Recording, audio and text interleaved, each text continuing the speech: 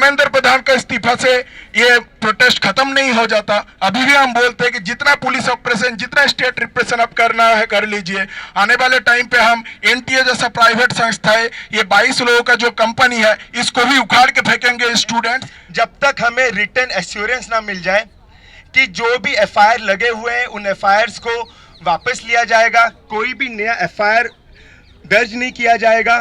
बिहार में, असम में, बंगाल में और तमाम जगह ये चीज साफ दिखाता है कि घुमा फिरा के किसी न किसी तरीके से ये दिल्ली पुलिस और बाकी तमाम राज्यों के पुलिस एक बदले की भावना से काम कर रही है, बदला लेना चाह रही है।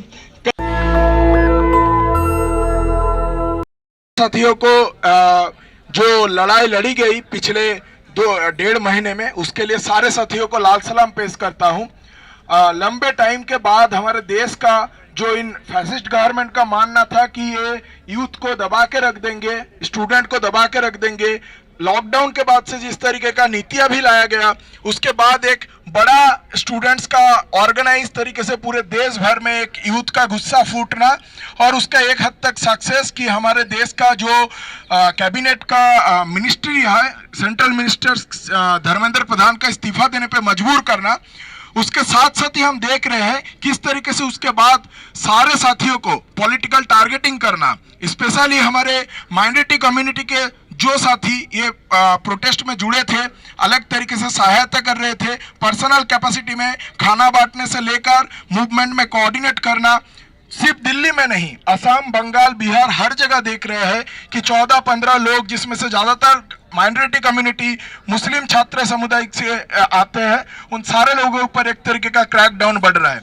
लेकिन हम उसके साथ साथ एक उम्मीद भी देख रहे हैं कि ये पुलिस ऑपरेशन 20 तारीख को जिस तरीके से इन्होंने लाठी बरसाए, जिस तरीके का टीयर गैस का तबाही मचाए सारे स्टूडेंट्स के बीच में, उसके बाद भी ये प्रोटेस्ट और चलता रहा और स्टूडेंट्स अलग अलग जगह, हमारे देश का बस सिटीज वगैरह में नहीं, गांव, शहर, अलग अलग छोटे छोटे टायर 2, टायर 3 सिटी में भी खुद से बड़े बड़े प्रोटेस्ट ऑर्गेनाइज किए और इस गवर्नमेंट के खिलाफ चेतावनी जारी किए कि वो सरकार के खिलाफ पेपर लीक, अनएम्प्लॉयमेंट और देश भर का तमाम जो यूथ का गुस्सा लंबे टाइम से फूटना बाकी था, उसका एक एक्सप्रेशन हुआ।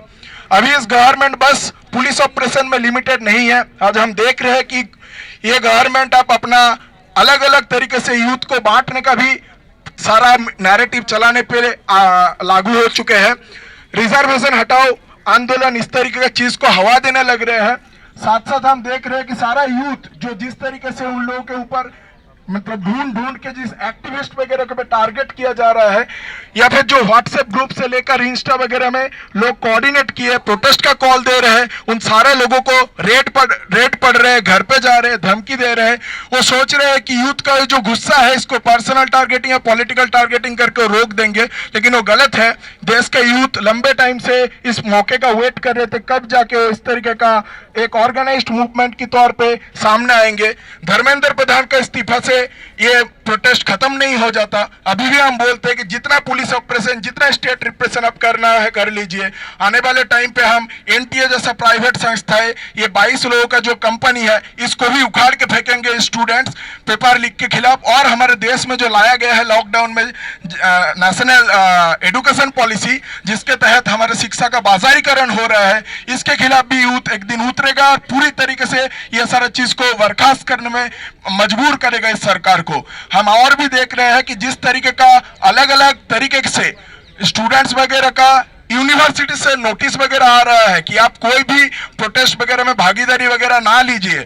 हम ये भी बोल देना चाहते हैं कि इस देश का यूनिवर्सिटी का यूथ हो कि यूनिवर्सिटी के बाहर के यूथ हो, इस मूवमेंट से जो और एक चीज सामने आया है कि वो बस एक रेजिग्नेशन से शांत नहीं होगा। आने वाले टाइम पे इन सारा ऑपरेशन के खिलाफ, नेशनल एजुकेशन पॉलिसी के खिलाफ, एनटीए के खिलाफ और देश भर में बढ़ती हुई बेरोजगारी के खिलाफ वो चढ़ के सामने। उनको मैं क्रांतिकारी सलाम पेश करता हूं। आज हम यहाँ एकजुट हुए हैं, इकट्ठा हुए हैं, ये कहीं ना कहीं बहुत ताज्जुब की बात नहीं है।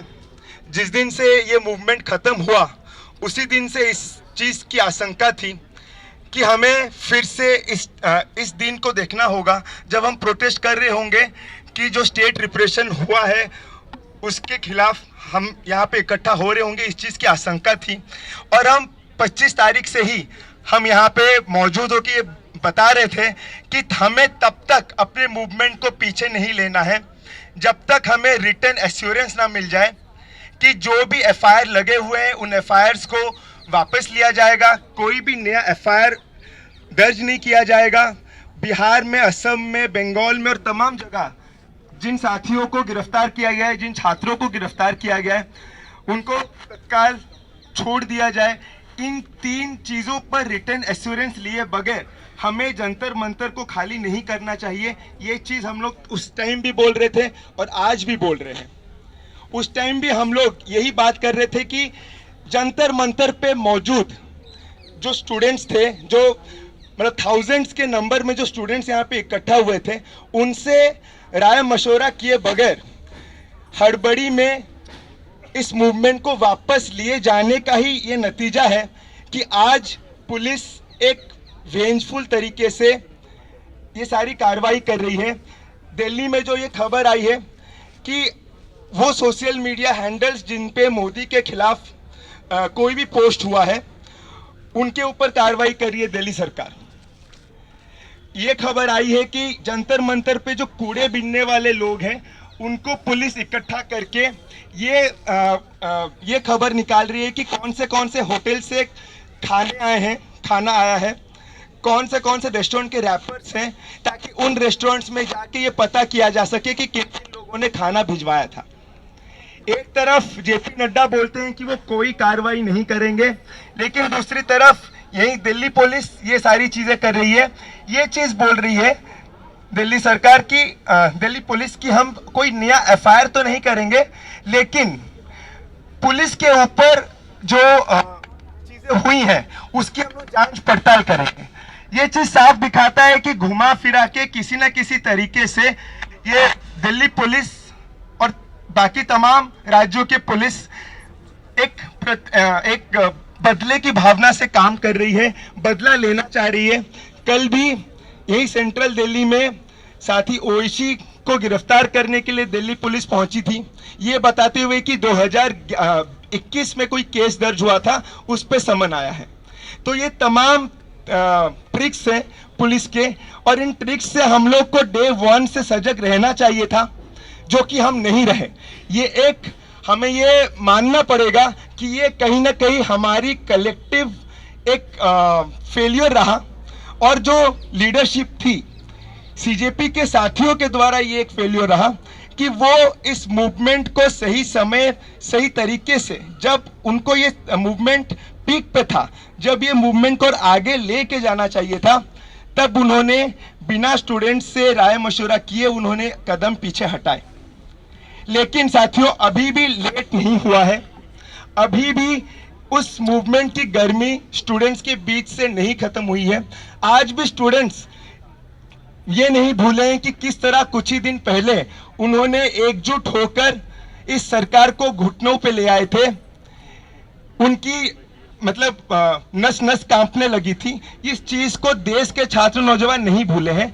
और अगर आज भी सीजेपी एक कॉल देती है कि जब तक जो गिरफ्तार छात्रों को रिहा नहीं किया जाता, अगर एक अल्टीमेटम देती है, जो कि वो दे चुकी थी, 1 दिन का उसने दिया था समय, और वो 1 दिन का समय बीत चुका है, तो अभी सीजेपी को ये मांग करनी चाहिए कि अभी हम सड़कों पे उतरेंगे, फिर से जंतर मंतर पे आएंगे।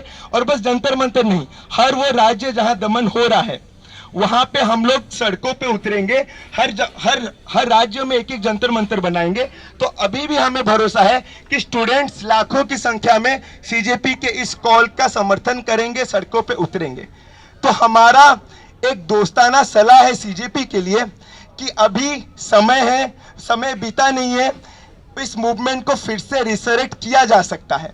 और अगर आज सीजेपी इस मूवमेंट को रिसरेक्ट नहीं करती है, तो ये कहीं ना कहीं सरकार ने तो वायदा खिलाफी की है, लेकिन सीजेपी अगर इस मूवमेंट को ये रिसरेक्ट नहीं करती है, तो लोगों का, छात्रों का जो भरोसा था सीजेपी पर, वो भरोसा भी टूटेगा, और जो कि इस पूरे मूवमेंट की एक हार के समान ही होगी। एक ऐतिहासिक मूवमेंट जिसने इस फांसीवादी निजाम को अपने घुटनों पे ला खड़ा किया, वो सरकार जो ये घमंड करती थी कि हम कभी किसी के सामने नहीं झुकते, उसको झुकाया। इसको जरूरत है कि और आगे हम लेके जाए। और ये जो तमाम ये जो चाल और ये जो तिड़कमें कर रही है दिल्ली पुलिस, उसके खिलाफ भी जितने भी यहाँ पे प्रगतिशील संगठन है वो एक क्रांतिकारी चौकसी बरतते, वो विजिलेंट रहे कि दिल्ली पुलिस क्या कर रही है और जरूरत पड़ने पे संगठित होकर सड़कों पे उतरे। यही आज के समय का आह्वान है, यही आज के समय की जरूरत है। और दिशा छात्र संगठन तमाम यहाँ पे प्रगतिशील संगठनों से अपील करता है कि मूवमेंट खत्म नहीं हुआ है और मूवमेंट को हम लोग को आगे लेके जाना पड़ेगा। और सीजेपी से ये अपील है कि आप कॉल दीजिए, आपके दिए हुए अल्टीमेटम खत्म हो चुका है और अभी अल्टीमेटम देने का समय नहीं है, अभी सड़कों पे उतरने का समय है। यही कह के मैं अपनी बात खत्म करूंगा। इंकलाब जिंदाबाद।